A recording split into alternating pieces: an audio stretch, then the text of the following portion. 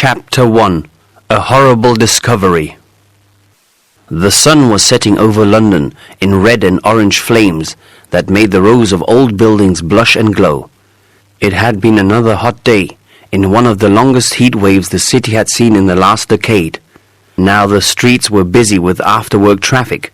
The drivers were trying to make it home to their cool, shady lawns as quickly as possible.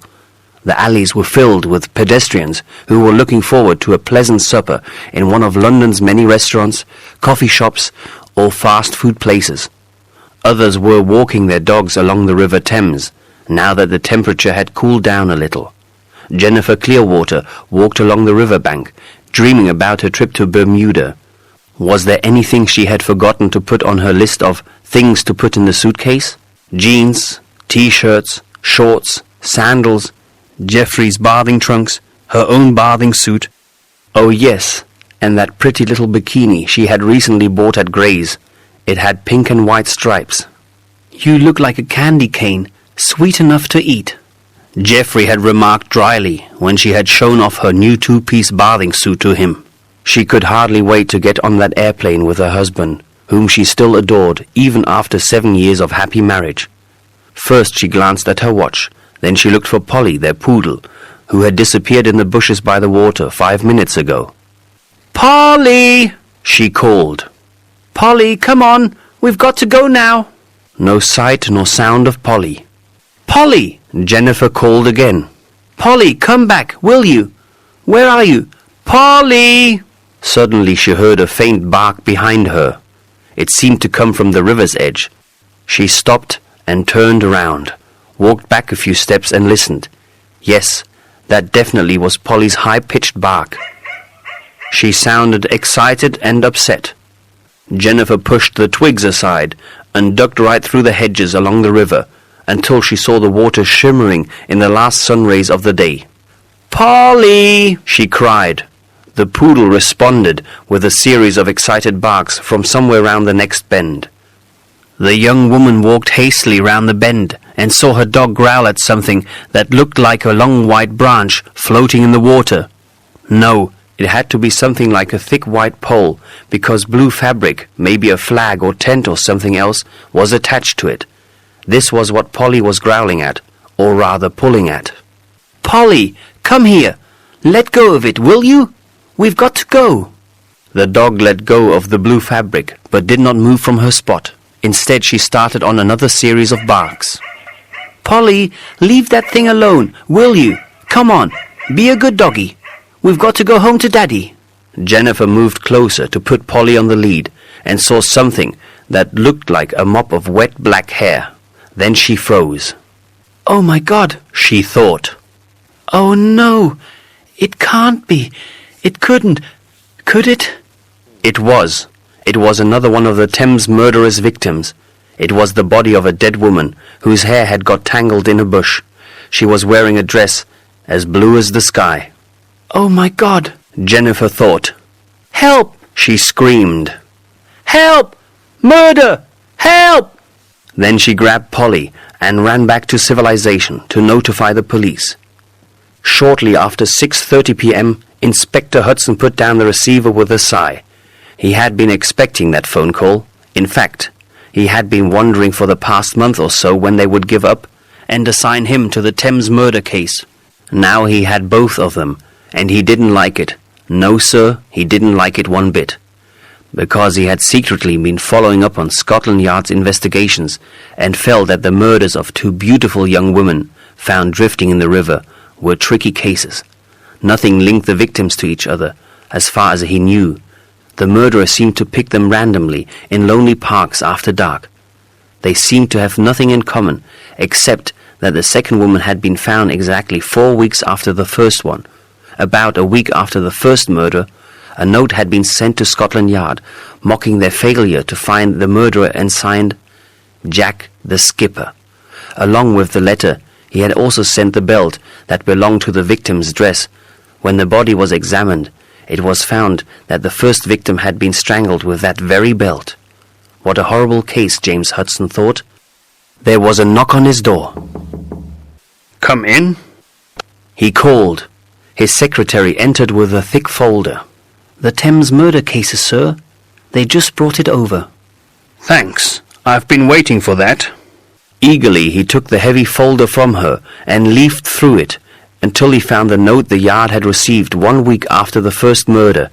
It was handwritten in capital letters. "Will that be all, sir?" she asked. "Because if you don't need me anymore, I would like to finish for the day. It's almost 7 o'clock. What? Oh, yes, thank you. He answered without paying attention. His thoughts were on the note. The secretary shrugged and left, shutting the door behind her. "Still fumbling in the dark, aren't you?" The note read. "You shouldn't be. It was bright enough when I strangled the poor lamb with this pretty beige belt." Despite his many years of experience, a cold shiver ran down his spine. He sensed he was about to deal with a very smart and evil mind, and wondered if Jack the skipper would again send the murder weapon, together with another note. On his way home, Hudson could not stop thinking about the mocking note. His many years of dealing with all kinds of criminals told him that there was a hidden meaning between the lines. The note was too short for someone who wasted words. Why did the sender point out that it had been bright when he had strangled the woman? And what did he want to say with the name Skipper? Was the man they were looking for a sailor? The inspector was so caught up in his thoughts that he almost overlooked an old woman crossing the street. He frantically slammed on the brakes and smiled an apology to the little old lady who was furiously shaking her umbrella at him. "Get a grip on yourself, old man," he told himself while wiping the sweat off his forehead. "Don't get too caught up in the case. You have to keep cool to find the bastard." When James Hudson finally got home at 9 o'clock, he found Miss Paddington, his loyal housekeeper, cook, budget manager, and drill sergeant in the kitchen. She was busy scraping something black and burned out of a baking tray. The whole house smelled as if it had been set on fire. "Oh my," she said nervously when she saw the inspector. "I'm afraid I burnt our supper." "What is it?" he wanted to know. Or rather, what was it? "Your favorite meal, my homemade pork pie," she mumbled without looking at him, scraping away furiously. "I'm so sorry, but today just isn't my day. I didn't get any sleep last night. I tossed and turned and stayed awake all night, and today I'm completely useless." "You're never useless," Hudson replied politely, even though his stomach was growling hungrily, and right now he would have given anything for one of Miss Paddington's delicious pork pies. "You're too kind, Inspector, but it's always the same when there is a full moon. I tried a cup of warm milk, and it didn't work. Then I even tried this special meditation that is supposed to make you tired no matter what. Oh yes, it made me tired all right, but I still couldn't fall asleep. Now I'm just a tired wreck." "What did you just say?" the inspector asked absent-mindedly. "I said I'm a tired wreck." "No, I mean before that. Did you say something about a full moon?" "Oh yes, the full moon. We had a full moon last night. Didn't you notice?" Indeed, Hudson, whose body did not care whether the moon was full or not, hadn't noticed. But now he remembered something. "So last night was rather bright, wasn't it?" he inquired. Miss Paddington looked at him as if she thought that his question was not too bright. "Yes, of course, Inspector. There were no clouds in the sky." Hudson forgot his hungry stomach when something dawned on him. "Why, of course," he exclaimed. "Last night we had a full moon. That's what he meant with bright. Miss Paddington, you're simply brilliant." The housekeeper was not too sure whether her beloved boss was still in his right mind or not. Could it be that the hot sun had scrambled his brains? Or perhaps the full moon had gotten to him? Maybe it affected people differently, so that some could not sleep, like her, while others could not think straight, like him. Hudson took one look at her and explained hastily, "Today they assigned the Thames murder cases to me. That's why I came home so late tonight. And as it turned out, the murderer seems to always strike during a full moon, because a second victim was found early this evening." "Oh my God, how horrible!" Miss Paddington was so shocked she dropped the cooking pot she had been scrubbing.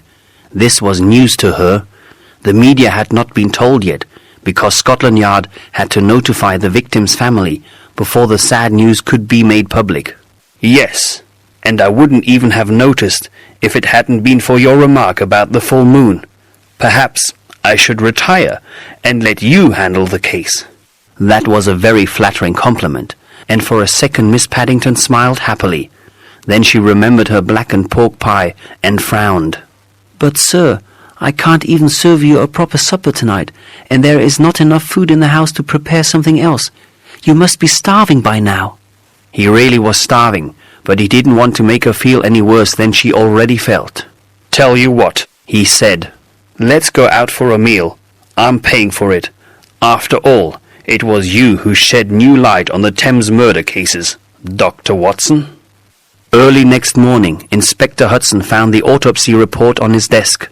The medical examiner had thrown in a late-night shift because the second murder case would be reported in today's newspapers and on the local TV stations. The public was already starting to get hysterical about the Thames murder cases, and Scotland Yard had to come up with quick results, or at least with some details for the London public. He opened the report and read that this victim had also been strangled with a belt or a similar object, as the strangulation marks on her neck showed. Then he looked at the photos of the victim. Her name was Sue Baker, and she had been a pretty young woman. The police had been able to identify her so quickly since the officers had discovered her handbag under a bush nearby. Nothing seemed to have been taken from the bag. Her passport, her keychain, and even her purse with a few bills and quite a lot of coins were all still there. She had been a waitress at the Old Lions pub and had taken home the tips received that evening. Since she had lived by herself, no one but her cat had yet noticed her absence. When the police officers notified her old parents, who lived in a village close to London late last night, it was such a shock to her mother that she just kept asking over and over, "What about Lizzie? What about poor Lizzie?" Her husband explained that Lizzie was the name of Sue's cat. The officers had to drive over to Sue's flat and fetch a very scared and hungry cat. After they had dropped the animal off at the parents' home, Sue's mother seemed to calm down a bit. These are the tragedies behind the breaking news of a spectacular crime, Hudson thought. The personal tragedies usually don't make the news. However, they do make me care about my cases. He silently vowed to himself that he would find the person who was responsible for the tragedy of Sue Baker's mother and Lizzie the cat. Just a moment. The young officer disappeared between the long shelves on which the evidence was kept in sealed plastic bags. A minute later, he returned with 3 labeled packages. "Here you go, sir." He handed the plastic bags over to Inspector Hudson. Inside were the 2 dresses the victims had been wearing last, and the belt Jack the skipper had sent with his note. The beige dress of the first victim clearly matched the belt the young woman had been strangled with. The inspector looked at the label inside the dress. It was a French designer he had never heard of. Clearly the dress had been expensive. He took a photograph of the label. Curiously, he turned to the second dress. This one was of a deep blue. "Did it come with a belt?" he asked the young officer. The officer shook his head. "No, sir. No belt came with that piece of evidence."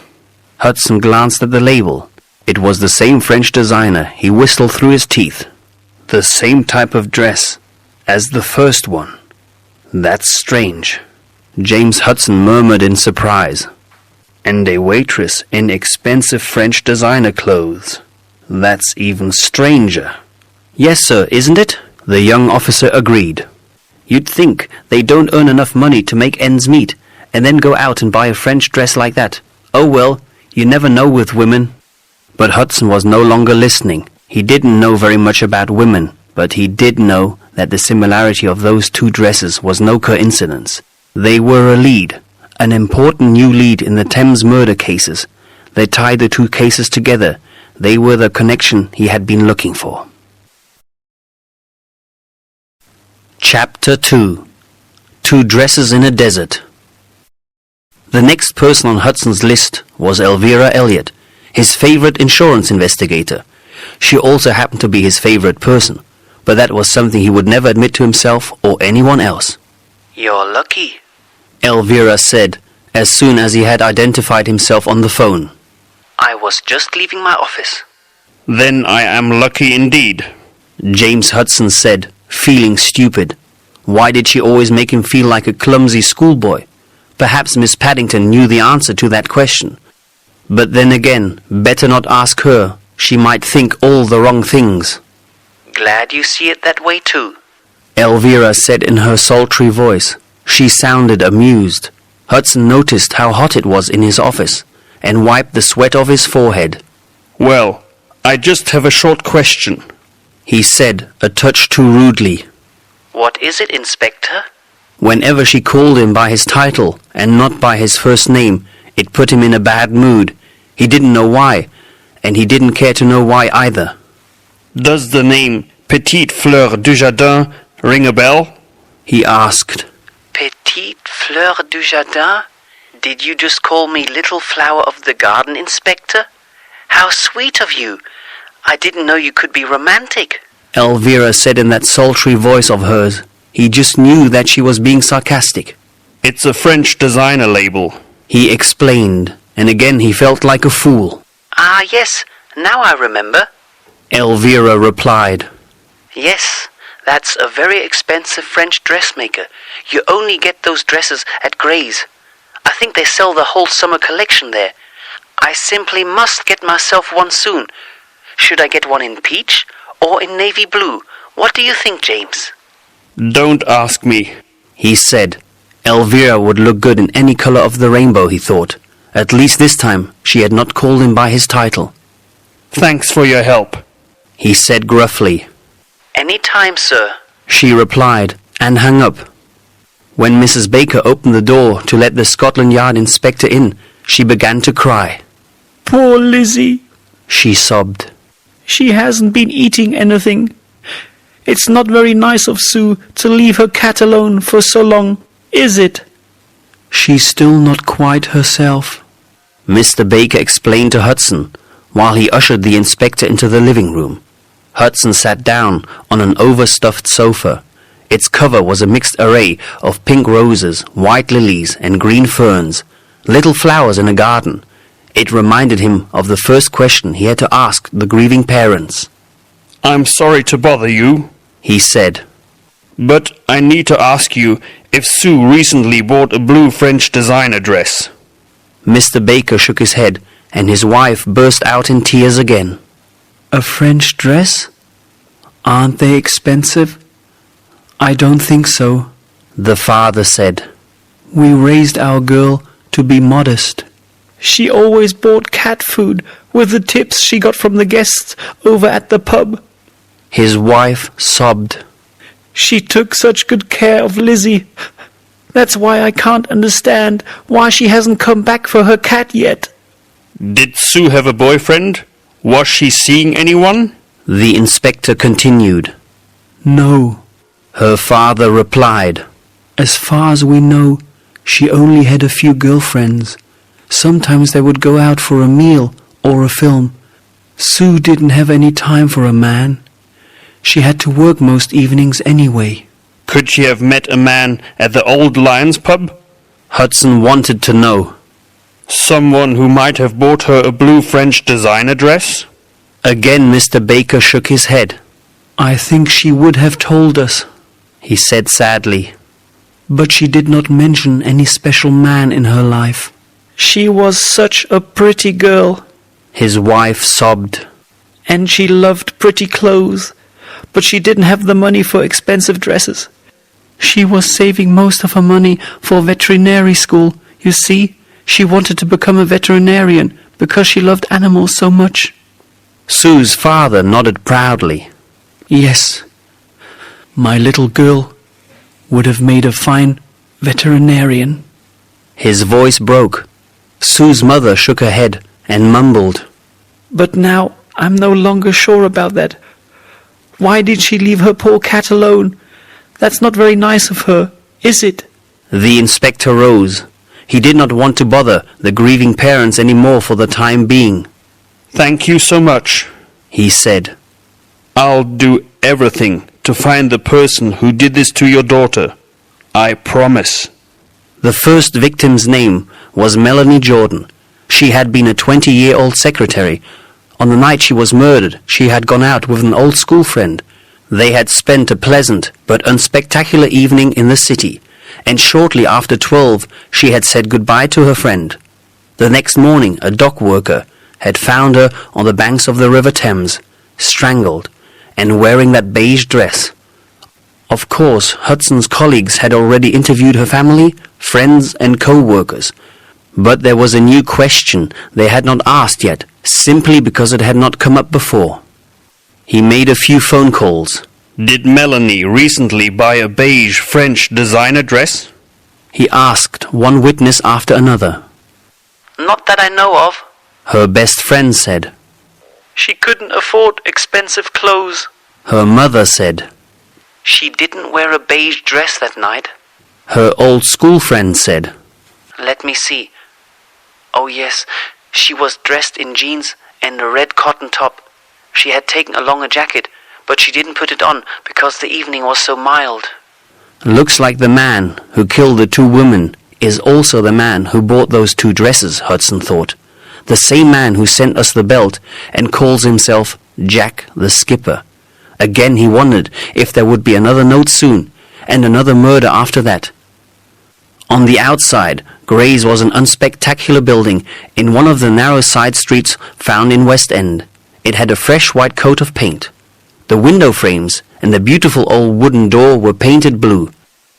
Only a small brass sign over the heavy door which read Gray's Boutique told the inspector that he was entering the right shop. He stepped into another world. The high walls and the ceiling were as blue as the sky. The far wall was decorated with some abstract paintings. The floor was covered with white sand. There were 3 tall potted palm trees in different corners. Dresses, skirts, blouses, trousers, and jackets were arranged on hangers that hung from thick white ropes along the other 3 walls. A sandy-colored wooden booth, in the form of a pyramid, was in the center of the large sales room. Its shelves were filled with jumpers, t-shirts, and accessories. An old brass cash register was sitting on a small wooden table in front of the pyramid. Exotic music was coming from somewhere. Hudson looked round, but he could not see any speakers. The music seemed to be coming from behind the potted palms. A woman left the row of colorful blouses she had been admiring. Don't you just love their desert theme?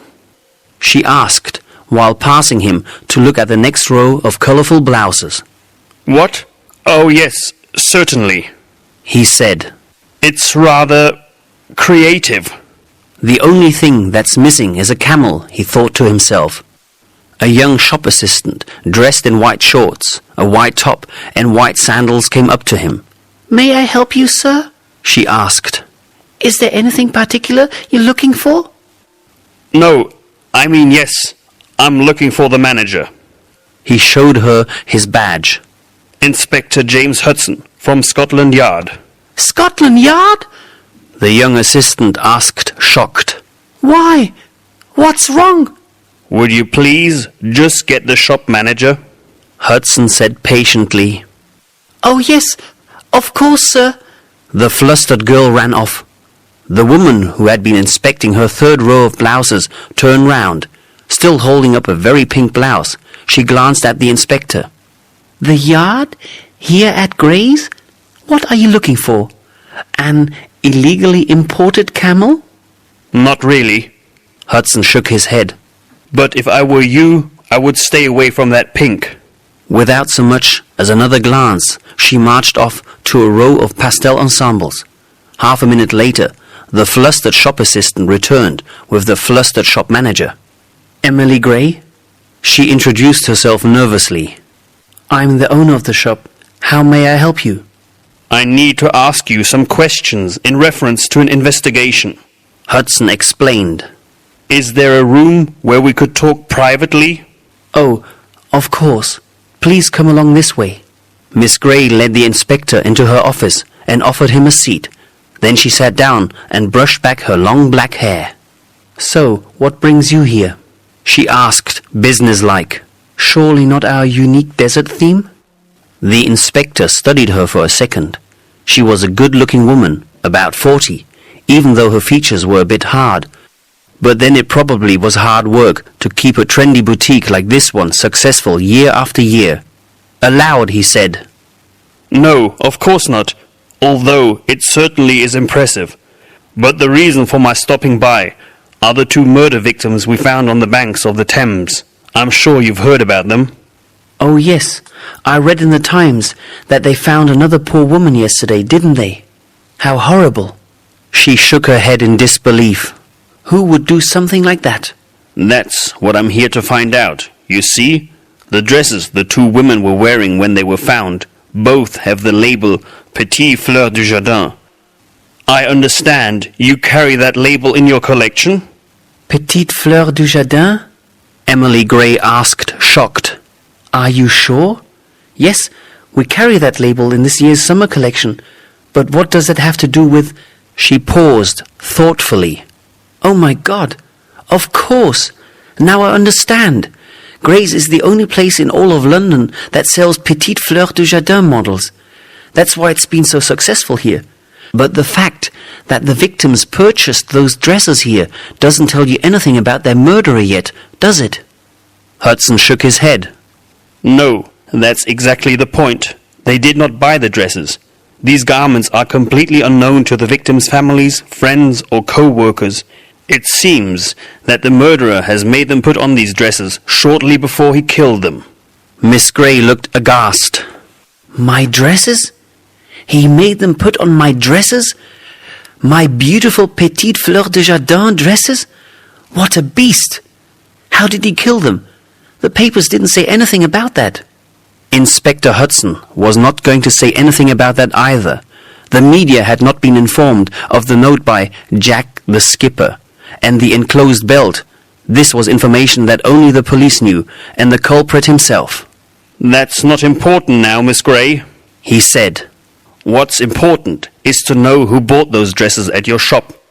I need you to check your bookkeeping to make sure that no dresses were stolen. And I will also need 2 dresses of the exact colors the victims were wearing. Miss Gray said uncertainly. I'm not sure if my sales personnel will actually remember the customer who bought those dresses, but I certainly can help you out with the sample dresses. What colors are they? One is beige, and the other one is a kind of a brilliant dark blue. Oh yes, I know which ones you are talking about. The uni-colored V-neck dresses with the ruffled skirt and the slim belt. Those sell really well. Why, we must have sold at least 10 of each. That's because they are very reasonably priced for 100% of pure silk and such a flattering cut. Let me show you. She rose from her chair and walked to the door. The inspector followed her back into the sales room, past the cash register.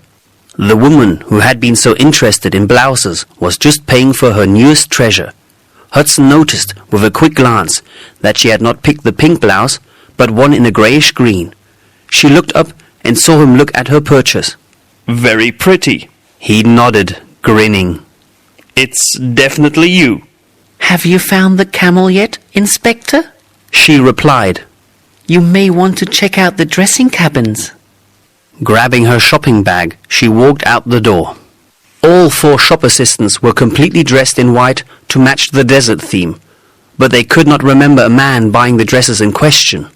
1 or 2 women were accompanied by the husband or boyfriend, Mandy said. but I can't remember selling those dresses to any male customer. Jacqueline could not remember whom she had sold any of the dresses to, and Sandy could not even remember selling any dresses to anyone. But Bernadine remembered something. Oh yes, there was this chap who came in a few months ago, at the beginning of the summer season. I remember that because back then we still had these dresses in all colors. We had not sold very many yet. Yes, and? The inspector asked impatiently. Did he buy 1 or more dresses? What did he say he wanted them for? What did he look like? Bernadine shook her head. No, he didn't buy any dress, but he kept going back to the blue ones. It's called Summer Sea. I showed him the dress in all colors, but he seemed to be particularly interested in the blue one. He even took it outside and held it into the daylight. but then he put it back and said his wife had better try it on first, since she was very particular about colours. Did he look at the beige one as well? You mean this one? Sahara sand? The girl frowned while she was trying to remember. No, actually he was only interested in the blue one and the green one. That one is called Cool Mint, but he was more interested in the blue one. What did he look like? Was he tall or short, blonde or dark? How old would you say he was? Did he wear glasses? How was he dressed? The inspector wanted to know. He was, I don't know, normal, I guess. I mean, he wasn't particularly good-looking. She only notices the good-looking ones, Jacqueline remarked. Hudson rolled his eyes. Can you remember anything else about that man? Old or young? Anything? He asked. Bernadine was thinking hard. He must have been about 30 or 35 at the most. Oh yes, he wore glasses with golden frames, and he was kind of dirty blonde. He was neither tall nor short, kind of in between. Well, thank you. That's excellent, Hudson said. Especially since that chap wasn't good looking, I mean. Jacqueline grinned at him, but Bernadine had not noticed his sarcasm. She was smiling happily. Chapter 3. A Dead Rose and Two Artists. At noon the next day, Miss Gray called Hudson. She told him that she had personally checked her records of the last months. Nothing, Inspector. She reported. The only thing that is unaccounted for is an old dummy we don't use anymore anyway. A dummy? He asked. Who would steal a dummy? I have no idea. It had been collecting dust in the storage room, and then one day it was gone. Perhaps it walked off by itself. When did it disappear? Hudson asked more out of habit than interest. Oh, about the time I came down with the flu. Let me see. That must have been round Easter. The shop owner stated. Now I compared all sales to our inventory of clothes. Nothing is missing. Not one single item that might have been stolen. All clothes were properly paid for. What about checks and credit cards? How long do you keep records of those? Hudson asked. Forever, She said. they're still all there. But do you really think the murderer would have paid for those dresses with a check or credit card? No, I don't. He replied truthfully. But we have to investigate every possible lead, you know. Yes, I understand that. The boutique owner said. But this will be handled discreetly, won't it? I don't want the police to upset my customers. It might ruin the good reputation of my shop. Of course we will be discreet about it. The inspector assured her. I will personally see to that. So could you keep all your records handy so that one of my men can pick them up this afternoon? You will get everything back as soon as we are finished with it. The two dresses as well. She promised to have everything ready to be picked up in the afternoon. Just before she was about to hang up, the inspector said, Oh, just one more question. Who has keys to your shop and the storage area? Only myself. I am always the first person to get there and the last one to leave. Sounds just like my job. Hudson remarked. Thank you so much. Goodbye. Goodbye, Inspector. She hung up. Well, this is one job I won't handle myself, Hudson thought. Sorting through bookkeeping records and dealing with figures is just not my cup of tea. Let me see. Who will be the lucky one to take care of Gray's bookkeeping? The heat wave had finally cooled off and was replaced by rain. The water was pouring down from the sky as if God himself was taking a long, refreshing shower. Hudson drove out of the city center and passed the Updike shipyard by the river. He took the shortcut through the industrial area and then some side roads that finally led to the wealthy part of town where he lived. His house was small but exquisite and surrounded by a large lawn and a rose garden, which was his housekeeper's great passion. "It's raining cats and dogs," Miss Paddington said as a sort of welcome when Hudson opened the front door. Who are you telling this? I feel like shaking myself like a wet poodle. He had to sneeze. Miss Paddington hurried off to the kitchen and returned with a steaming cup of hot chocolate. Here you go, just what the doctor ordered. He gratefully drank a few sips. His housekeeper always seemed to know what he needed at that moment. Thank you, he said. That's delicious. It's made with real cocoa and a touch of cinnamon. My Aunt Libby taught me how to make it when I was a young girl. Well, God bless Aunt Libby's soul, the inspector said. May she spoil all the angels in heaven with her hot chocolate. Hope you don't catch a cold, Inspector. But to be honest, I'm glad we finally get some rain after all that sun. You're right. I was starting to feel as if I'm in Florida instead of in good old England, Hudson said ironically. That's not what I mean. But the roses did not take very well to all that heat. And they are my first painting project. I'm working on a still life, a perfect single rose blossom in a glass vase. I'll call it Rose in Glass. How fitting, the inspector remarked dryly. Yes, isn't it? She said proudly. But before I could finish, all the blossoms died on me because of the hot weather. Then why don't you just call the painting Dead Rose in Glass? Or you could call it Rose Dying in Glass. Miss Paddington did not like it when the inspector made jokes like that. That's not funny, Inspector. You've had too many death investigations, she said curtly. And being all by yourself doesn't help either, you know.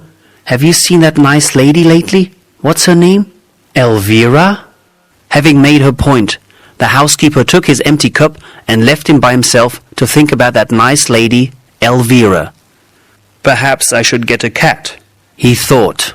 They are just as complicated as women, and they have just as long claws, but you don't have to impress them with compliments.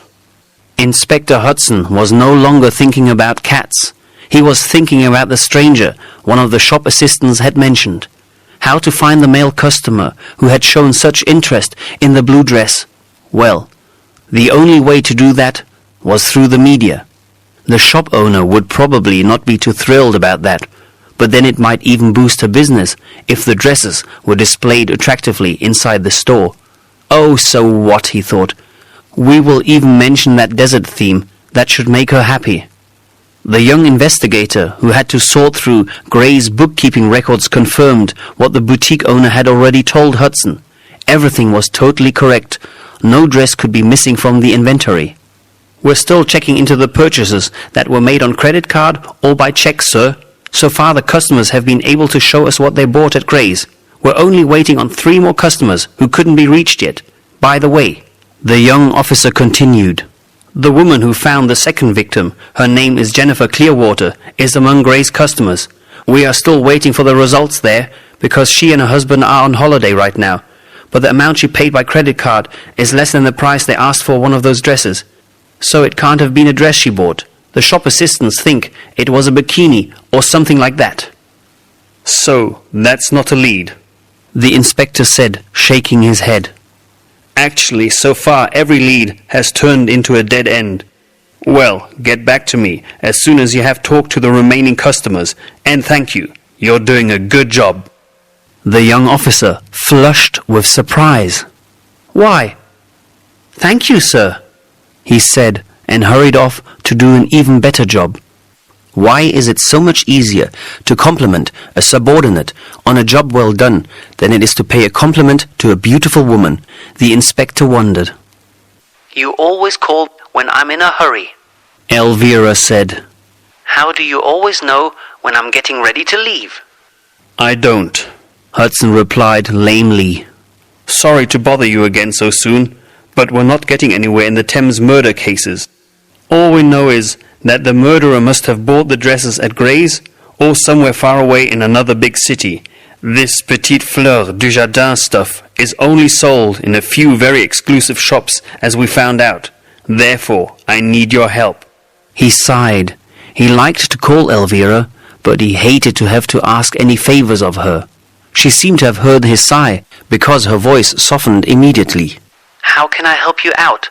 I don't know any more about those dresses than you already do. But you socialize with the kind of people who buy clothes like that. People who can afford those prices, I mean. We're probably looking for someone with money. Some clown who can go out and buy 2 very expensive dresses just for the thrill and the kill, so to speak. Nice wordplay, James. Elvira said. But a sad subject. That's how I feel too. I have to find the bastard before he strikes again. What makes you think he will strike again? The inspector could not tell her about the pattern he was beginning to see, the full moon and the same type of dress. Let's just call it an instinct. I have a feeling he will kill again, and soon. Tell you what, I will see what I can find out. I will ask all my friends in high places a few discreet questions, without mentioning you, of course. By the way, how did you like the paintings? What paintings? He had no idea what she was talking about. The paintings in Gray's boutique. O.U. Gray's paintings. Didn't you see them? 3 of them are hanging on one of the walls. They bear his artist initials, O.U.G. O.U. Gray's paintings? Who is O.U. Gray? Miss Gray's husband? He asked in confusion. But she said she was divorced. O.U. Gray is her twin brother. Elvira explained patiently. He is a very talented local artist, very in at the moment, does abstracts. He has developed his own soft flowing style, so his pictures always look as if they were taken underwater. Some critics already call him a genius. The inspector, who could not tell the difference between a rose in a glass from an abstract rose under water, was surprised.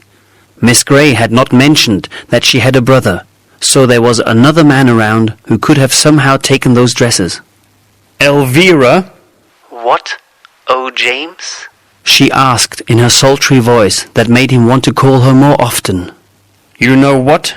You just gave me an important new lead. O.U. Gray. I had no idea about the man. Thank you. Thank you so much. You're quite welcome, but now I've got to run. She wanted to hang up on him, but he stopped her just in time. One more thing, he said. What is it? That peachy dress you were thinking of buying. I saw it in the shop. He stuttered. And you would look great in it. Are you sure now? She sounded amused. No, I mean yes. I mean beautiful. I really wanted to say that. You would look beautiful in that peach-colored dress. Like a beautiful peach. You mean like a petite pêche du jardin? She chuckled. Well, I didn't mean it as a joke, he said stiffly. James, that was the sweetest compliment I ever heard. No one has ever called me a beautiful peach. Now I will definitely have to buy it. It's all your fault if I spend half of my monthly income on that peachy dress. Have a nice day. They rang off. He had done it. He had paid her the sweetest compliment she had ever heard. James Hudson leaned back in his office chair, doing nothing but savor the moment. O.U. Gray had the same black hair, blue eyes, and features as his twin sister Emily, but his face was softer, and he seemed younger than her. He was dressed casually, in jeans and a black jersey shirt. Now he is a man that young Bernardine probably considers good-looking, James Hudson thought. But he doesn't look as if he could run a successful business the way his sister does. Come on in, Inspector. Gray led Hudson into his living room. Do you care for a cup of orange pekoe? Or a glass of lemonade? He pointed at a glass jug. No, thank you. I won't take up much of your time. I just have a few questions. Gray poured himself a glass of freshly made lemonade. He took a sip of the pale yellow liquid. So, what brings the famous Scotland Yard Inspector Hudson here, to my modest home? I wouldn't exactly call it modest, Hudson replied, looking round the huge room with the high ceiling. The walls, the marble floor, and the leather furniture were all white. A few white decorative vases were placed here and there. Even the photo books on the coffee table had white covers. The only splash of color in the room was a great big rug in the center of the room. All colors of the rainbow were woven into its beautiful pattern. Pointing at it, the inspector remarked, That's a nice piece. It looks like an Indian pattern. It is. Gray nodded. I bought it at an Indian reservation in Arizona. It is handmade, and the colors are all natural, no chemicals at all. Very beautiful. Hudson commented. But I don't see any paintings on the walls. I heard you're an artist who has made quite a name of himself. Gray put down his glass and smiled. Who told you that? That's a bit of an exaggeration, I'd say. I'm just using my own watercolor technique, that's all. And I don't like to display my own art in my own living room. It's like bringing your work home, if you know what I mean. Either he really is too modest, or he thinks so highly of himself that he does not want anyone to know what he really thinks of his own art, Hudson thought. But the man seemed nice and easygoing enough. Well, I'm sure you didn't come here to discuss artwork, did you? So, what brought you here, Inspector? I'm investigating into the Thames murder cases. Hudson replied. I need to ask you what you did 3 nights ago, Sunday night between 11 p.m. and 3 a.m. on Monday morning. Gray looked genuinely shocked. That sounds as if you suspect me of killing those poor women. But that's totally absurd, Inspector. What did I do to be suspected of such a horrible act? I didn't say we suspect you or anyone else for that matter. The inspector said calmly. I just have to eliminate all persons who could have anything to do with the 2 crimes. So what did you do during the time in question? Frowning, Gray stared at the white ceiling. Let me see, he said thoughtfully. When did you say it was? Sunday night? What did I do that night? Oh yes, it was really hot that day, and so I spent the whole day by the pool at my sister's house. After supper, I went home. That was about 10 o'clock.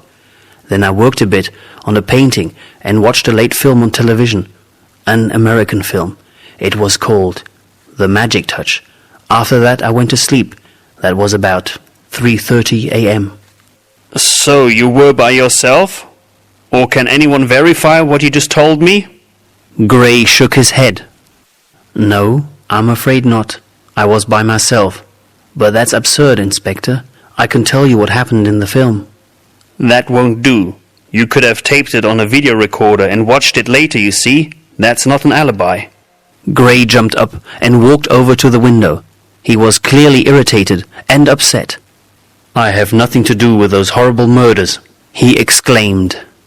Had I known that some woman would get killed Sunday night and that I would be suspected, I would have made sure to get myself a watertight alibi. He stared out of the window and suddenly turned round. But wait, my neighbor. She may have seen me paint in my studio. Ask her if she saw me through the curtains. And I always listen to pop music while I paint. Sunday night I put on some music. I kept the window open because it was still so hot in the flat. I believe she also kept her window open, so she may have seen me paint and heard me sing along to the music. The inspector got up. Yes, I'll do that. She may be your alibi. Say, do you have any keys to your sister's boutique? No, sir. Why should she give me a spare key? I have nothing to do with her business. Unfortunately, I'm not good with money and figures. I never developed the left side of my brain, I guess. He smiled and shrugged. My mother always wanted me to become a businessman. Now I paint abstract watercolors. Oh well, you can't please them all, can you? No, you can't, the inspector said. Well, thank you so much for your time, Mr. Gray. We'll see what your neighbor has to say. What's her name? Mrs. Kennedy, I believe. I don't know her very well. We just say hello when we meet downstairs. She is an old lady living by herself. The old lady did remember seeing Gray through the white cotton curtains of his window. Yes, sir. He was sitting there, painting all right, when I was watering my balcony flowers before going to bed at 11:30. In that heat, you have to water them twice a day, you know. And the young gentleman over there was concentrating on his painting, singing. Mind you, he wasn't being loud. He has very good manners. You could barely hear him. He's really well educated. And in addition, He is good looking too. I wonder why he hasn't married by now. Of course, most young women have a job these days, but that isn't what they're really after, is it? I think they still want to get married deep down in their hearts. I mean, Inspector Hudson hastily thanked her and fled the scene. The final results of the checkup on Gray's customers who had paid by check or credit card did not offer any new clues either. All the purchases of dresses, blouses, skirts, and bikinis matched up. "I couldn't find anything that looked suspicious, sir," the young investigator reported to Hudson. "Only 2 women bought one of those blue dresses on credit card, and both still have their dress and the belt that comes with it, as they showed me. One woman bought a beige dress and paid with a check, but she still has the complete garment as well, and she just bought it 2 weeks ago." Then, that was after the first murder. The inspector murmured and shook his head. This is leading us nowhere. But thank you anyhow. Thursday morning, the London Times ran a short article on the male customer who had shown such interest in the blue Petite Fleur du Jardin dress a few months before. The article only said that he may be an important witness to the 2 crimes and should report to Scotland Yard immediately. The paper also printed 2 pictures. One displayed the blue dress on a hanger next to one of the potted palm trees. The other one showed the sales room, pyramid and all. The reporter even mentioned our desert theme. Miss Gray said happily when she called the inspector in the afternoon. Our sales have doubled since this morning. Now everyone is keen on buying Petite Fleur du Jardin dresses, especially the blue ones. Thank you for making sure that the press presented Gray's so nicely. But the man with a special interest in the summer sea model did not step forward. Perhaps he was on holiday. Perhaps he did not read the papers. Or perhaps he was the murderer. Chapter 4. Inspector Hudson receives a letter. Then Sue Baker's father called to report that his wife had remembered something about a secret admirer their daughter had mentioned to her. A secret admirer? Hudson asked. Yes, sir. My wife is feeling a bit better. Of course, she isn't over the loss of our daughter yet, but at least she can now accept the fact that Sue is gone. Mr. Baker said. And she just remembered that Sue had said something about a man showing a lot of interest in her. The inspector was all ears. Did she say who he was? Did she give a name? No, she just said that he was in a difficult position and did not want her to talk about him. She shouldn't tell anyone before he had sorted out his problems. My wife got the impression that he might be married. Sue only mentioned him because her mother found a pearl necklace in her room while cleaning it. So she asked Sue where she got those pearls, and after a bit of questioning, Sue told her. Can your wife remember anything else Sue might have mentioned? Like where she met this man, how long she had known him, things like that. Hudson heard Sue's father sigh sadly. No, Inspector. Believe me, I would tell you if I knew. The murderer of my daughter must be punished for what he did to her. Yes, sir, Hudson said with great respect for the grieving father. I feel the same way. None of Sue's girlfriends knew anything about a secret admirer. Neither did the 2 other waitresses at the Old Lions pub. a secret admirer who gave her real pearls? How thrilling! The waitress from Jamaica said. I wish I had a secret admirer like that too. Then I'd quit this place in no time. Would you like a glass of pale ale? It's our special brand. The inspector shook his head. Thank you, but I never drink alcohol while I'm working. The pretty waitress glanced at Hudson. What about after you're done working? She asked sweetly. It's on the house. Smiling, Hudson had to decline her offer. The other waitress, who was from Newcastle and had to work on her day off to replace Sue, shrugged. If I were you, I'd ask Paul about that secret admirer stuff, she said in a tired voice. He was keen on her, and he happens to be married. Aren't all secret admirers simply married chaps? Plus, he's making a lot of money from this place. Not that we see a lot of it, though. So, Paul is the owner of this pub? James Hudson inquired. He looked appraisingly at the noble wooden floor and wall paneling. It looked like real cherry wood. Yes, Inspector. You can find him in his office. It's right back there, next to the kitchen. The man who opened the door to his office looked distressed. Yes, he asked. Inspector Hudson introduced himself and flashed his badge. Are you the owner of this pub? He asked. Yes, so what? I understand Sue Baker worked here, Hudson said. Therefore I must ask you a few questions. Paul Winfield frowned. He was about 35 and had blue eyes and thick brown hair. He had rough features and a tiger's head tattooed on his upper arm. Bernardine would probably have found him a good-looking boxer sort of chap, James thought. But your men were already here on Monday, asking all kinds of questions. So why are you snooping round here now as well? Didn't I read in the papers about you? Aren't you the chap the Yard always puts in charge when a case is hopeless? If you want to put it that way, then I'm the one, Hudson replied calmly. So, why aren't you out there, finding the one who did that to Sue?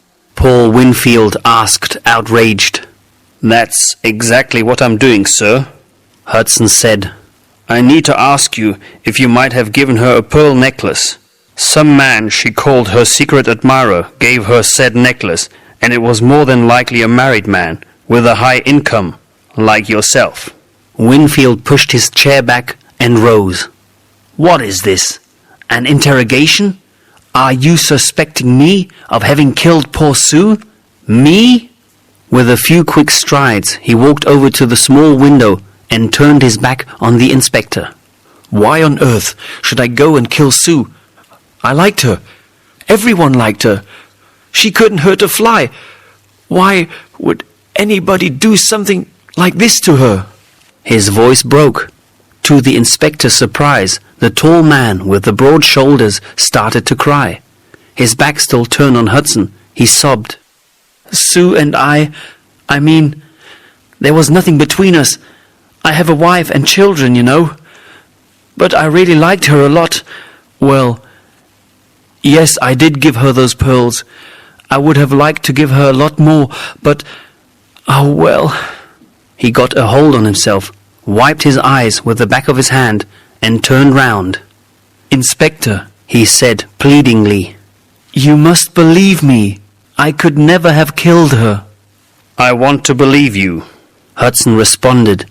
Even though the man had known Sue and might have had a motive to kill her, that still did not explain the murder of the first victim, unless he happened to have known her too. But still, Hudson had to check if Paul Winfield had an alibi. It was simple police procedure.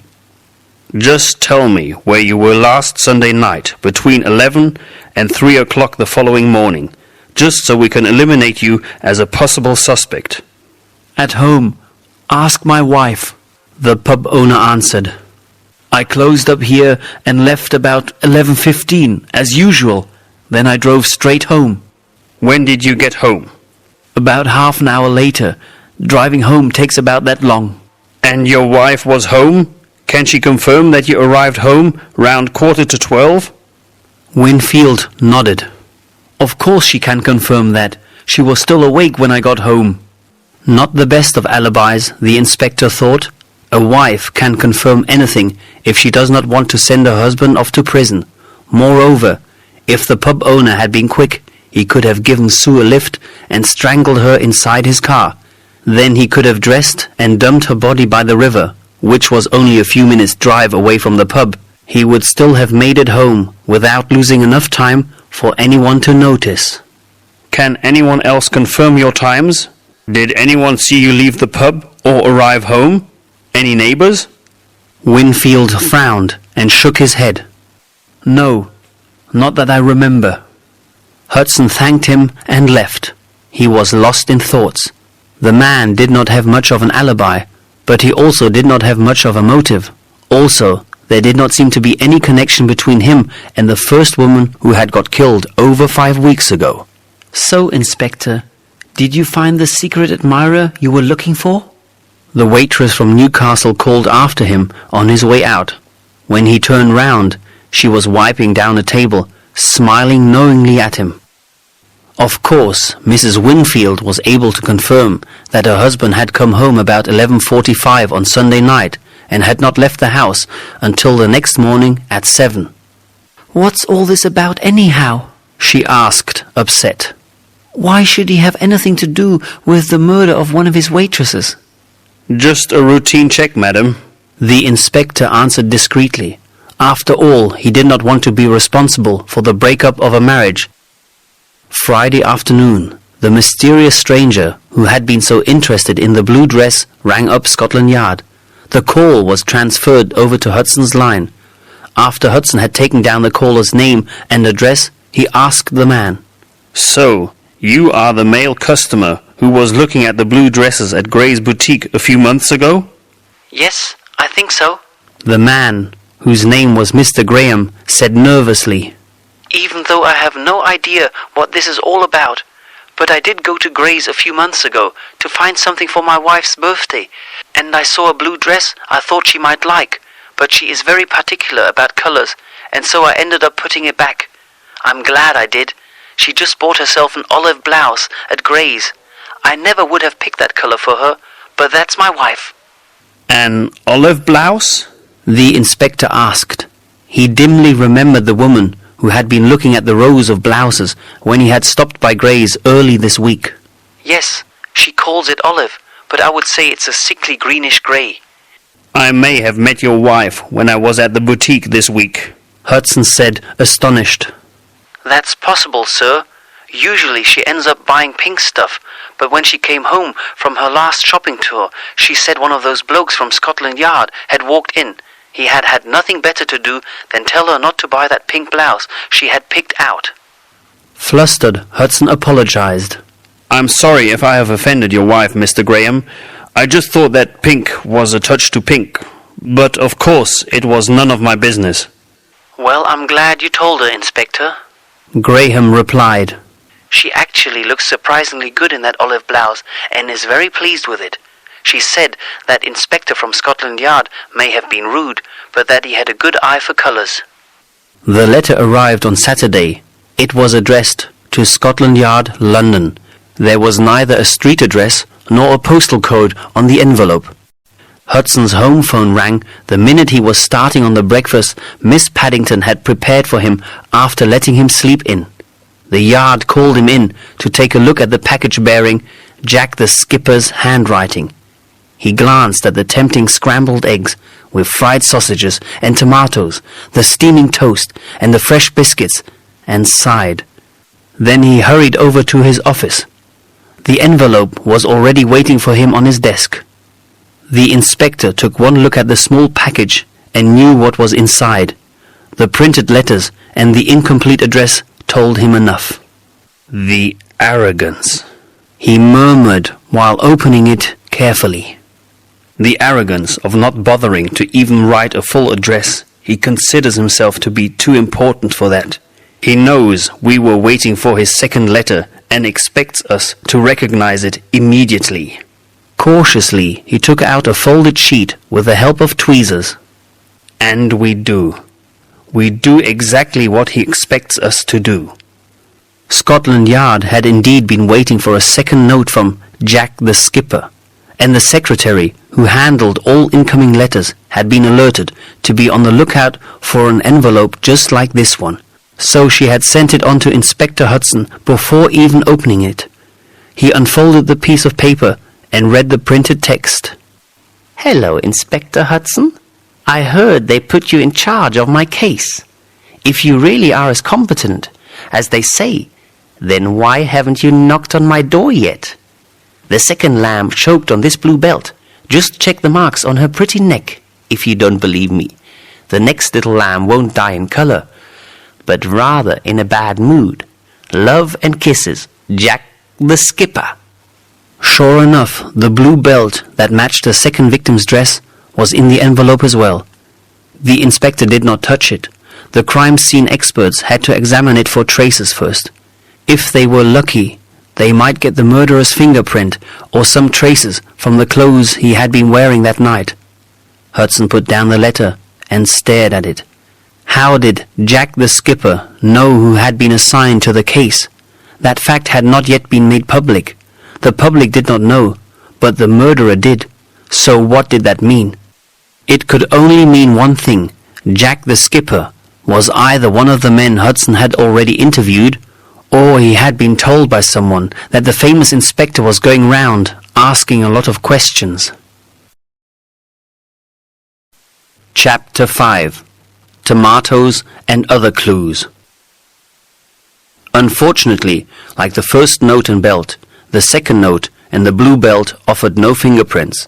Of course, there was plenty of trace evidence on the belt, tiny bits of dirt, plants and sand, traces that matched those found on the dresses. This was to be expected, since the victim had been found outside on the ground. 2 single hairs were found on the belt, but they only matched the victim's own long dark hair. The inspector was interested in a tiny fiber, however. He whistled to himself. It was a dark blue cotton polyester blend, and most likely came from a t-shirt. Identical fibers had been found on both dresses, so the sender of the belt had to have been at both crime scenes. Well, that's a start, he thought. If we find the t-shirt that matches that fiber, then we may have a piece of evidence that will hold up in court. But first, he had to find the person who had been wearing that blue t-shirt. Inspector Hudson decided to take a closer look at the only 2 possible suspects he had so far. Both had an alibi. Even though Winfield's was shaky, yet it still was an alibi.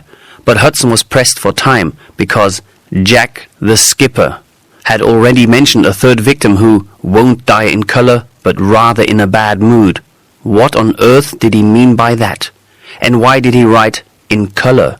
Did he mean the color of the dresses he had made them wear?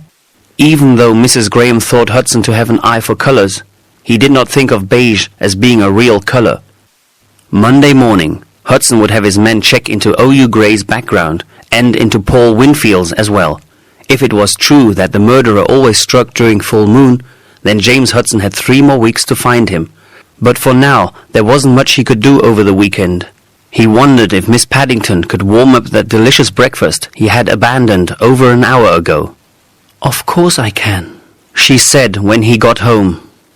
"I'll warm up the biscuits and scramble some fresh eggs for you, but then I'll have to hurry off to my painting class." The inspector followed her into the kitchen. Still the rose in glass? He asked. Or did you have to bury that project? "Scrambling up 2 eggs," she said. "The poor rose died on me, but it was too difficult for a first still life anyhow. Now I'm painting tomatoes instead. They're red and round and rather easy to paint. I'll call the painting Tomatoes in Bowl." Sounds tasty. The inspector commented dryly. The background checks took several days. The first piece of information about O.U. Gray's background came unofficially and from Elvira Elliot. O.U. Gray is the grandson of James Updike, the founder of the Updike Shipyard. She reported to Hudson. His full name is Oscar Updike Gray. That's because his mother's last name is his middle name.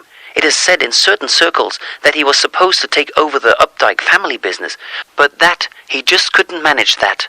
Apparently, that was a great disappointment to his grandfather and his mother. His mother doesn't think much of his art, but she is very proud of his twin sister's successful business. The Updike Shipyard, you said? That's very interesting, Hudson said, whistling through his teeth. And you found out all that in such short time? So when are you going to join us here at the yard? We could use an investigative talent like yours. Never. Elvira answered, but she was smiling. He could hear her smile on the telephone right before she rang off. So, O.U. Gray was connected to a shipyard. Could that be the meaning of skipper?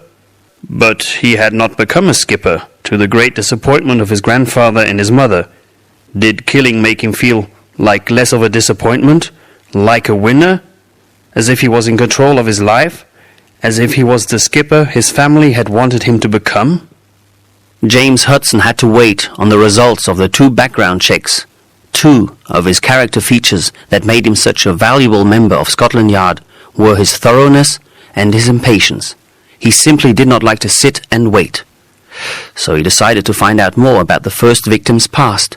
Could there be any connection between the two victims after all? He rang up Melinda Jordan's former colleagues and friends. He asked a lot of questions about her habits, interests and activities. She had liked the cinema, musicals and reading books. She had loved to travel, mostly to Italy and Spain, for her summer holidays. She had enjoyed cooking pasta and dancing salsa. Really nothing out of the ordinary. But then he struck gold. About 6 years ago, Melanie Jordan had worked at the Pale Ale Brewery, a small brewery in the south of London. She had been in charge of the customers' orders. She had quit that job when a larger firm had made her a better-paying job offer as a secretary. But for 2 years, Melanie had handled all orders, including those of the Old Lions pub. When Paul Winfield was shown photos of Melanie Jordan, he denied having known her. He said over and over again that he always ordered his barrels of pale ale over the telephone. But his waitress from Newcastle told a different story. That's not true, but don't tell him I said so, Inspector. I've been working here for 10 years. Too long, if you ask me.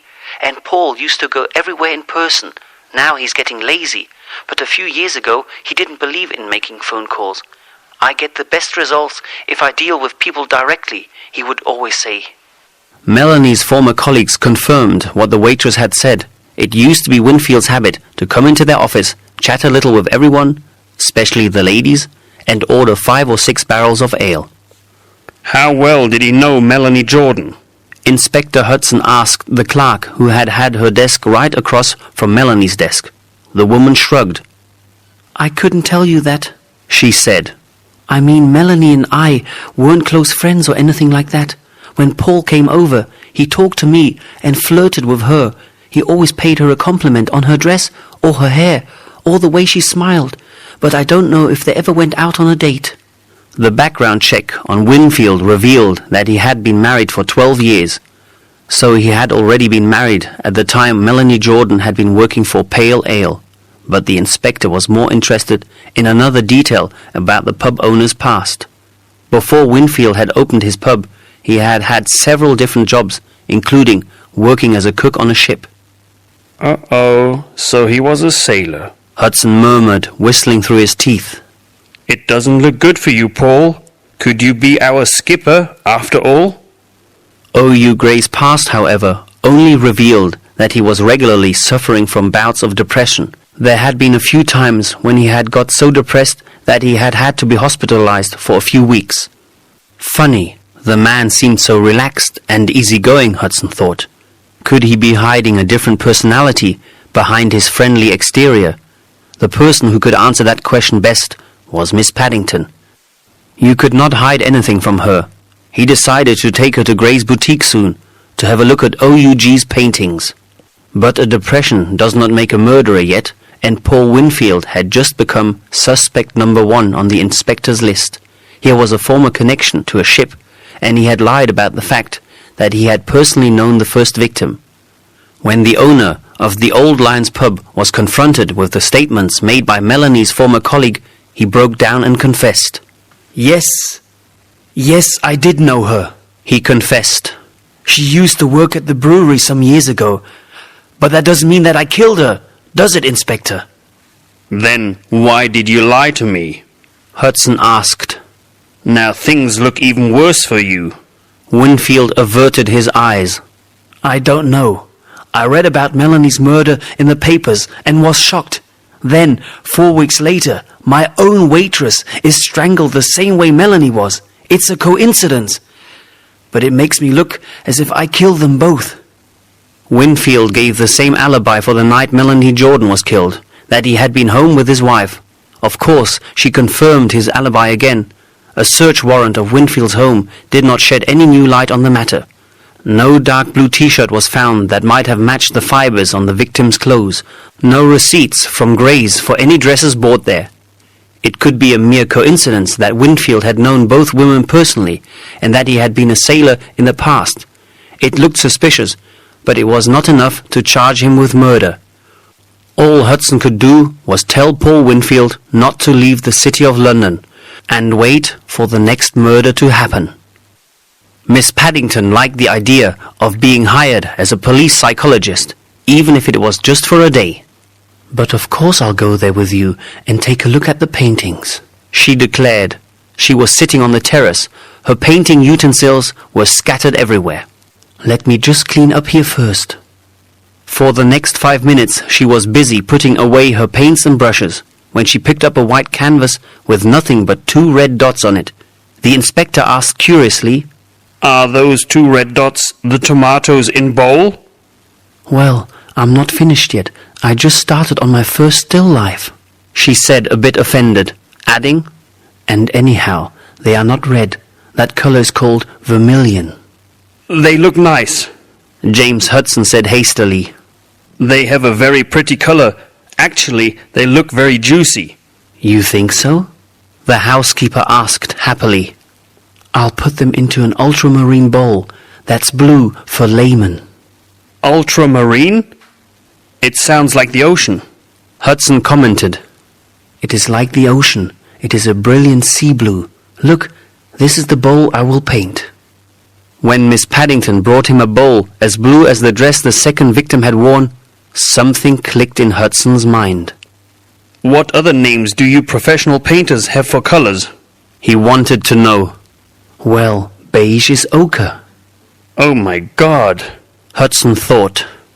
O for ochre and for Oscar. U for ultramarine and Updike. And the bad mood for grey. O.U. Grey. The colors the victims wore stood for the murderer's initials, and he is planning to kill a third woman. I bet she would have worn a grey dress. Hudson thought, rushing to the phone.